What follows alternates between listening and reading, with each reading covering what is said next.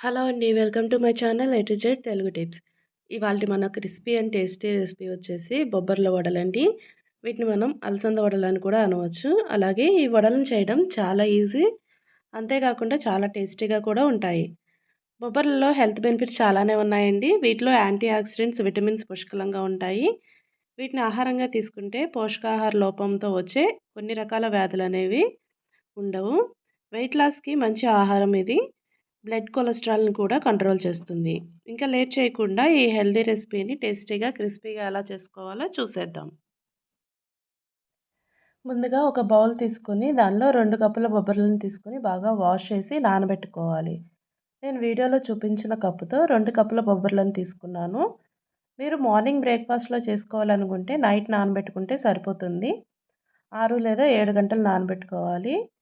6 గంటల తర్వాత చూస్తే బొబ్బర్లు చక్కగా నానిపోయాయి. చూడండి వీడియోలో మీకే అర్థమవుతుంది. ఇప్పుడు వీటిని ఇలా డ్రైన్ చేసుకొని పెట్టుకోవాలి. తర్వాత మిక్సీ జార్‌ని తీసుకొని ఈ బొబ్బర్లను వేసుకోవాలి.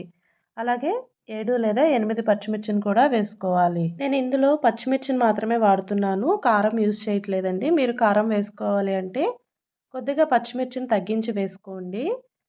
ఆ తర్వాత చిన్న అల్లం ముక్కను అలాగే రుచికి సరిపడా ఉప్పును కూడా వేసుకొని గ్రైండ్ చేసుకోవాలి. నేను గ్రైండ్ చేసేటప్పుడు వాటర్‌ని యాడ్ చేయలేదు. వాటర్ యాడ్ చేస్తే పిండి అనేది పలచగా అయిపోయి వడలు సరిగ్గా రావండి.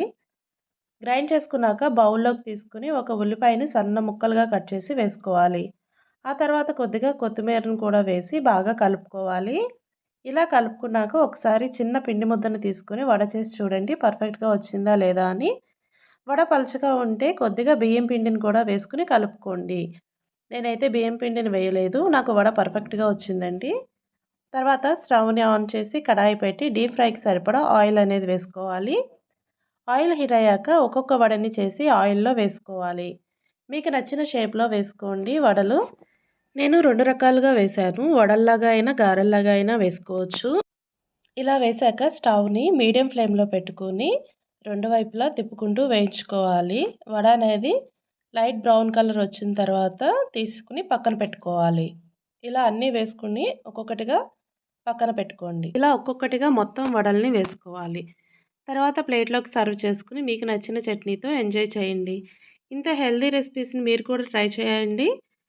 ఎప్పుడు మినపగారెలే కాకుండా ఇలా ట్రై చేయండి. టేస్ట్ చాలా బాగుంటుంది. పిల్లలు 1కి 4 తింటారు.